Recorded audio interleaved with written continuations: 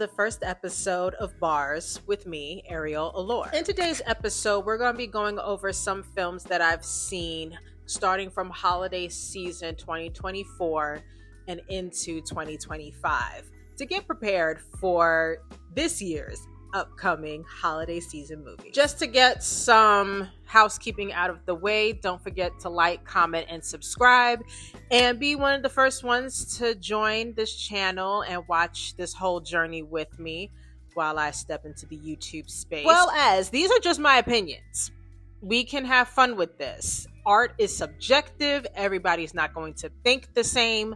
These are just, again, my thoughts. There's absolutely no need to be nasty in the comments or doing any of that extraness. Okay? There's a lot going on in this world. We all just need to have fun. And this is my contribution to the fun. Okay? Let's get into it. Starting off, there's going to be two movies that I'm not going to get into in depth in this video. I actually want to make another video. Those movies are Wicked as well as Sinners. They deserve their own videos for me to fully explain my feelings on these movies. Spoiler alert, they're amazing. With that said, let's get into our first movie, Gladiator 2. So Gladiator 2 came out, and this one was a little bit different. I believe it was like 20 years since the first one. And this one, of course, had Denzel Washington in it. And I was highly disappointed in this movie. One of the main reasons being is the night before I actually did watch the first one. And so to go into the movie theater the next day and practically see the same movie just on a bigger screen, and then you add in the black guy, it made absolutely no sense. Everybody was making a big deal about, oh, it's coming back after 20 years. I didn't see why. It's just the same thing. Like, instead of Russell Crowe, it's his son. Instead of it being one emperor, it's two emperors. The fights were the same. They just tweaked it a little bit. The CGI was very fake. And I'm not a movie expert. I'm just somebody that enjoys watching movies and enjoys the behind the scenes of making it. It was very lackluster. And yeah, so 2 out of 5 stars. And the only reason why I was getting 2 is because of Denzel Washington. Next up on the docket is Love Hurt. Love Hurt was an action movie. It was okay. Like, these first couple of movies for 2025, they were okay. Love Hurt, cute concept. I wish I had waited until it was on streaming. This was not a movie that I think was worthy of me going and spending my money on in the movie theaters. 2 out of 5 stars. I got very tired of the whole trope of the hard fighter black guy, but the only way that he can be soft is with a white woman. I'm tired of that. Like, that just kind of sucked it out for me. So 2 out of 5. So I'm checking my list, and actually, I didn't think I saw as many movies as I thought I did. And one of the reasons for that being is because of the cost of tickets and because of the cost of everything going up now, I actually do look at movies as, is it worth me going to the movie theater? It's between the cost as well as the fact that movies don't stay in the movie theaters as long as they used to. I could go into the movie could come out now, and except for Wicked, if it's like a big money maker, your average movie comes on streaming platforms within less than 8 weeks. So sometimes, with that being said, you can actually wait on certain movies. So let's continue. Sorry for my ramble. The movie on the docket is Captain America: Brave New World. If you see me looking down, it's because I made a list and some notes. Okay. This one is hard because, one, Marvel has been, I want to say at this particular time, they still kind of recuperate and still trying to get back on track, in my opinion. With that being said, I've watched Captain America and Winter Soldier, the show. I've followed this road. And it saddens me to say, if we always knew that Falcon would turn into Captain America, I would have not chosen Anthony Mackie to be Captain America. I don't know what it is about him. He is very charismatic. You see him on TV shows. You see him doing interviews. Love him. But something about him being Captain America in the lead. I don't know if he was overacting it. I don't know what was happening. I wasn't convinced of it. And it just kind of dulled the whole movie for me. It was okay. Like, I have not went back and watched this movie again. It's partly because it's Marvel and Marvel's still trying to do their whole little thing. The best part of it was the Red Hulk, and we saw that pretty much in the previews. So for that, I'll give it 3 out of 5. It could have been better. Sorry. Next up is another Marvel's movie, which this one got a lot of great reviews. I don't understand why. I thought it was boring as hell, and that's Thunderbolts. Thunderbolts, there was only one good part for me, and it is a part that nobody else really paid attention to, and it was an extra. There was a part where they were in New York. They had just came out of the villain. They had like their first fight with the villain, and when they came out, there was like this redheaded extra that walked past Yelena, and she was me mugging her like a real New Yorker.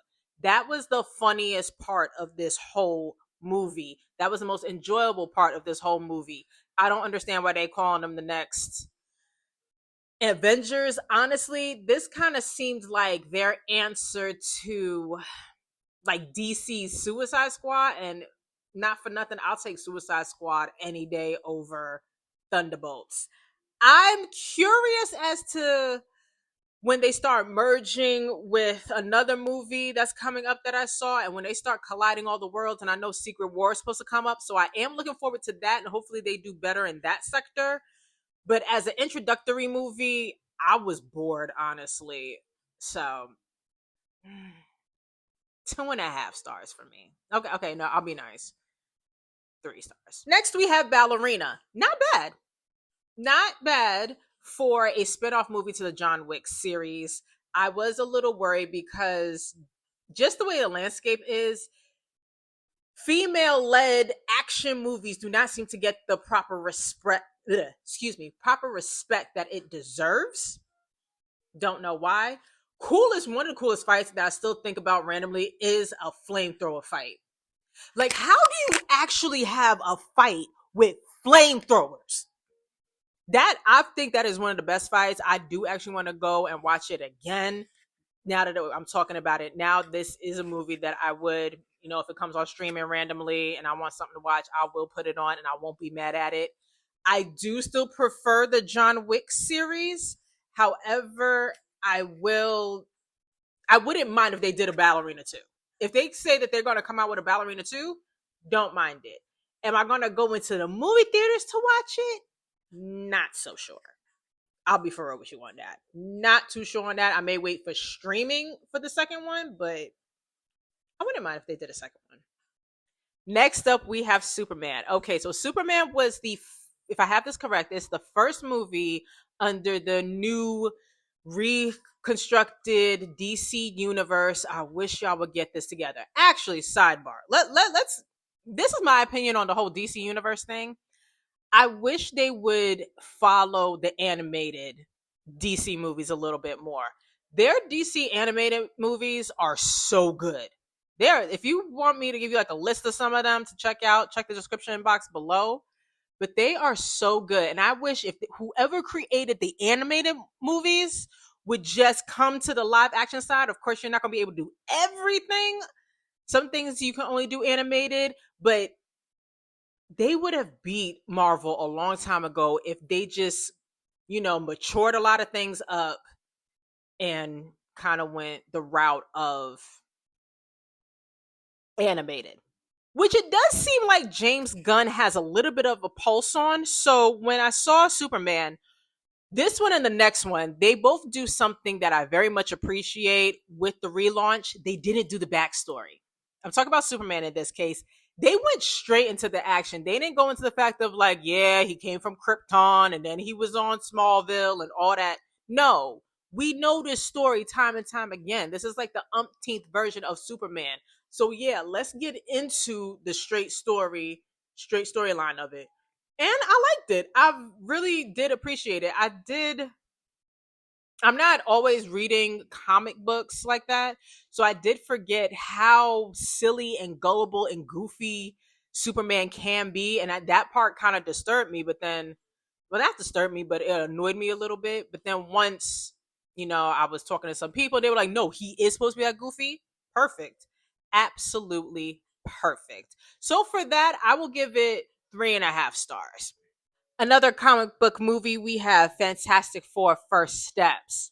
Just like Superman, very much appreciated that they weren't doing the whole backstory again. Or if it was a really quick blip in the movie, we weren't spending the first hour on like how did everybody get their powers? No. And there's already been, this is like what we had the Jessica Alba version, then we had one with Michael B. Jordan.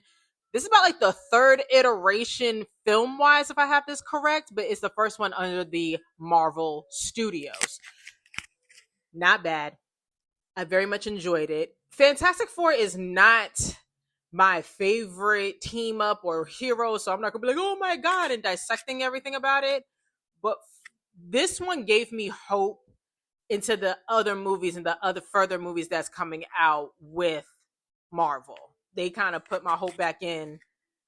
I like it. This is where in the ending, spoiler alert, you know, they meet up with Thunderbolts because they're on two different Earths. So this is where I said I'm kind of curious as to what happens with Thunderbolts because of Fantastic Four. Thunderbolts on its own, no. As far as Fantastic Four, I'll give it 3.5 stars. Yeah, it wasn't actually. I'll give it 4 stars. It wasn't bad. Yeah, 4 stars. But not least is Him. Okay, Him is a movie about football, and it's from the producer Jordan Peele. I think that's where a lot of people got disappointed in it. I think that's where a lot of people got things confused, including myself. And I don't know if it's necessarily our faults as consumers and moviegoers and not paying attention, or if it was actually the studio and marketing fault. Follow me on this. Even when I first saw the previews and the trailer for it, all they kept putting out was Jordan Peele, Jordan Peele, Jordan Peele. So to a certain extent, you're thinking that it's going to be like Get Out, Us. Nope. No, it wasn't.